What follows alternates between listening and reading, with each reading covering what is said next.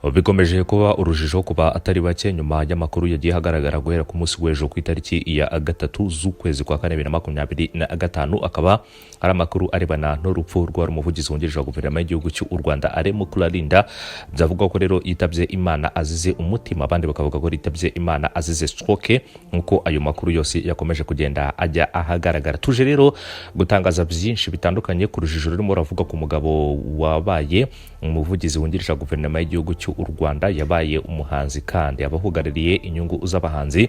Ikindi kandi yabaye umunyamategeko ukomeye, nkuko aya makuru akomeza kugenda abigarukaho. Mukuralinda turagaruka kuri byinshi bitandukanye bikomeje kugenda bivugwa. Amakuru ahari kugeza uyu munsi nayahe ku buzima bwe, hanyuma rero inzego zitandukanye ziratangaza iki kubirebana n'aya makuru yose. Ku munsi w'ejo hashize n'amakuru yatangiye gucicikana kuva ku masaha y'isa 10 z'umugoroba bavuga ko uyu mugabo yitabye Imana aguye mu bitaro byitiriwe umwami Faisal, nkuko aya makuru akomezaga kujya hagaragara akomeza kugenda abitangaza. Niko byakomeje kugenda bitera urujijo abatari bake, ndetse ikindi kandi amakuru akomeza kugenda acicikana ariko byari bitaremezwa nabo mu muryango wa nyakwigendera cyangwa se urwego rwo rwose, cyane cyane ko uyu mugabo yari umukozi wa leta wo ku rwego rwo hejuru. Bivuze ko rero kwemeza urupfu bye bisaba ko amakuru aba yamaze kumenyekana, ndetse n'icishe nyakwigendera cyamaze kumenyekana ku buryo leta iza gusohora itangazo cyangwa se igasohora statement igaragaza ibirebana n'urupfu rw'uyu mugabo nicyo yaba yazize. Kugeza ku mugoroba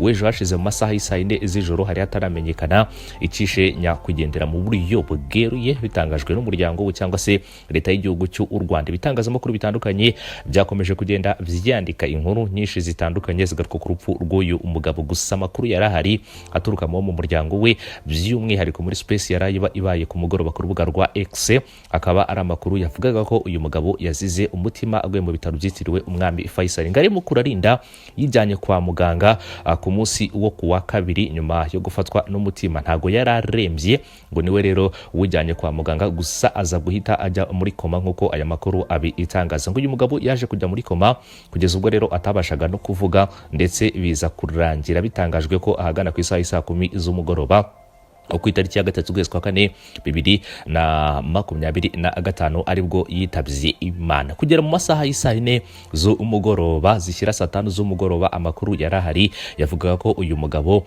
yitabye Imana aguye mu bitaro. Gusa urujijo rwari ruhari rwari kumenya ngo uyu mugabo yishwe n'iki, nkuko abantu benshi bakomeje kugenda bitangaza. Benshi bagarukaga ku rupfu rwe bavuga ko yaba yishwe na stroke, akaba ari indwara ifata rero udutsi tw'ubwonko ku buryo dushobora kuba atwaturika, ndetse abandi bakavuga ko yishwe n'umutima. Gusa umwe mu muryango we yarabereye uwo navuga ko ari nka tonto mu ndimi mpuzamahanga, yatangaje ku rubuga rwa X nimugoroba ahaberaga space yaririmo n'umunyamakuru wa Radio TV10 Uswali Buswarkimu, avuga ko uyu mugabo ngo yaba yishwe n'umutima yaramaranye igihe, gusa nanone ukaba utari uburwayi bwari bukanganye kuri iwe. Aya makuru kandi yaje kongera kunyomozwa agana ku isaha 5 zishyira saa 6 z'ijoro, ubwo rero urwego cyangwa se ibitangazamakuru bitandukanye byaje kuvuga ko Mukuralinda bishoboka ko uyu mugabo atarashiramo umwuka, ku buryo rero umwe mu muryango we yaje kwandika ku rubuga rwa X muri iyo space akavuga ko bamaze kumenyeshwa nk'umuryango mu rubuga rw'umuryango,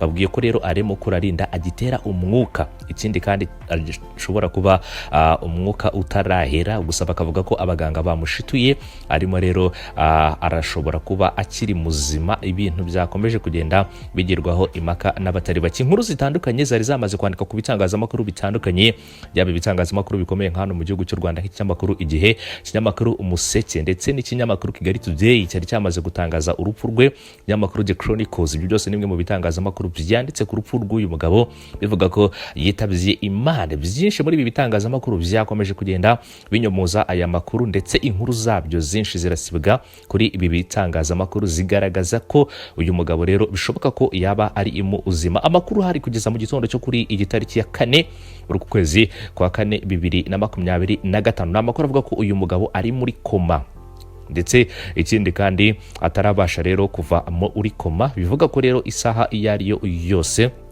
uyu mugabo ashobora kuba yava muri koma cyangwa se bikaba byarangira nk'uko abenshi bakomeje kugenda babigaruka. Gusa rero ibirebana n'urupfu rw'uyu mugabo amakuru aracyari urujijo. Umuryango ukaba utangaza ko ibikomeza gutangaza ku mbuga nkoranyambaga ko yaba yitabye Imana birimo birabangamira abo mu muryango. Bibasaba rero abantu kwirinda gutangaza ibihuha mu gihe rero bagitegereje kugira rero amakuru nyayo batangaza ku buzima bw'uyu mugabo. Gusa amakuru ahari kugeza kuri ubu ngo muri iki gitondo ari Mukuralinda nuko ari muri koma. Bivuga ko rero yitabye Imana ntabwo biremezwa yaba ku ruhande rwa leta y'igihugu cy'u Rwanda ndetse no ku ruhande rw'abagize umuryango we. Hari amakuru kandi yavugaga nimugoroba ko ari Mukuralinda yamaze kwitaba Imana, ndetse abantu benshi mu bari muri iyo space bakavuga ko ari aba hafi b'umuryango wa nyakwigendera cyangwa se uyu mugabo bavuga ko yitabye Imana. Sorry aho mvuze nyakwigendera kandi bitaratangazwa ko yitabye Imana. Ikindi kandi bakavuga ko babajije abantu batandukanye babarimo n'abaturanyi be bakavuga ko yitabye Imana. Benshi rero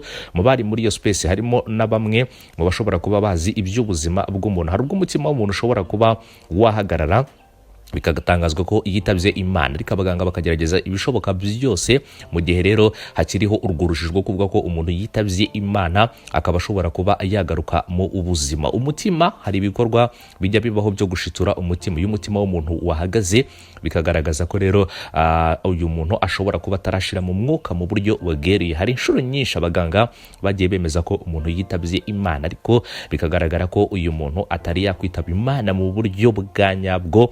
Aho rero ibice bitandukanye byose bigera kuri bitatu bigaragaza ko umuntu yitabye Imana bihagarara. Ubundi iyo umuntu yitabye Imana umutima urahagarara, ibihaha bigahagarara ndetse n'ubwonko ubugahagarara. Ibyo bintu uko ari bitatu byose, iyo rero kimwe kitarahagarara biba bishoboka ko umuntu ashobora kugaruka mu ubuzima. Indwara ya stroke byavuga ko rero yahitanye uyu mugabo. Nimwe mu ndwara zikomeye kandi zikomeje kwica abatari bake. Nimwe mu ndwara rero zifata imitsi yo mu bwonko ikaba yaturika. Indwara kandi yishe umuhanzi akaba no mu DJ wari ukomeye cyane witwa DJ Mila, akaba ari imwe mu ndwara yamuhitanye.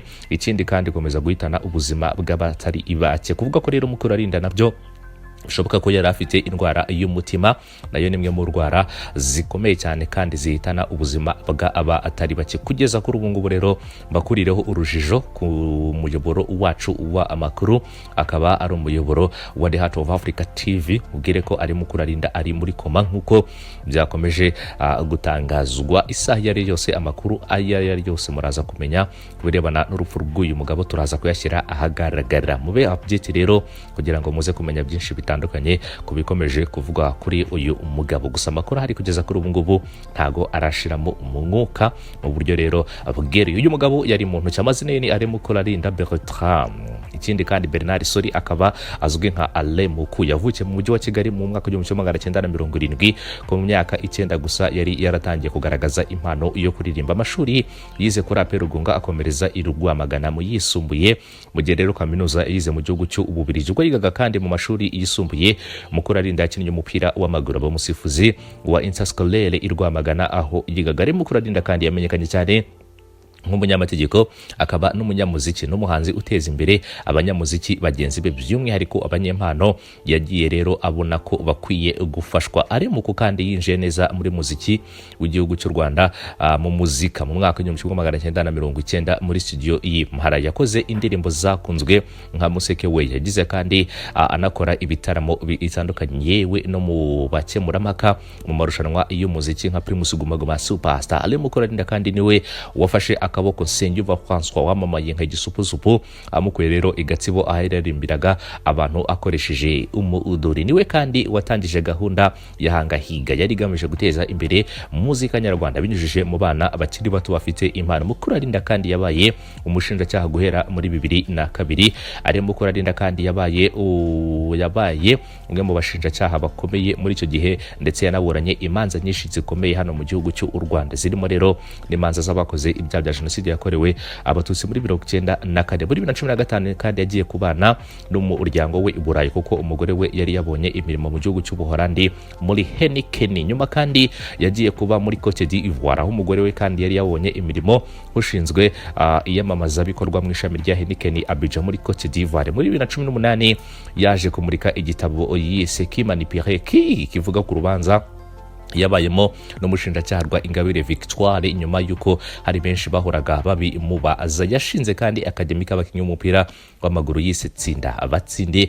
Mukuralinda kandi yashakanye na Martine Gatabazi muri 2006. Aba bombi bakaba barahuriye mu mashuri abanza, bamaze gukora biyemeza kurushinga, baza no kubyarana abana. Yahawe kandi inshingano zo kuba cyangwa se kungiriza Yolande Maklo wagizwe umuvugizi wa guverinoma muri Nyakanga. Akaba ari uyu mugabo nawe yaje guhabwa inshingano, ndetse ikindi kandi kugeza kuri ubu ngubu ubuzima bwe bukaba buri mu kaga, no kumusengera no gufatira iby'uburyo.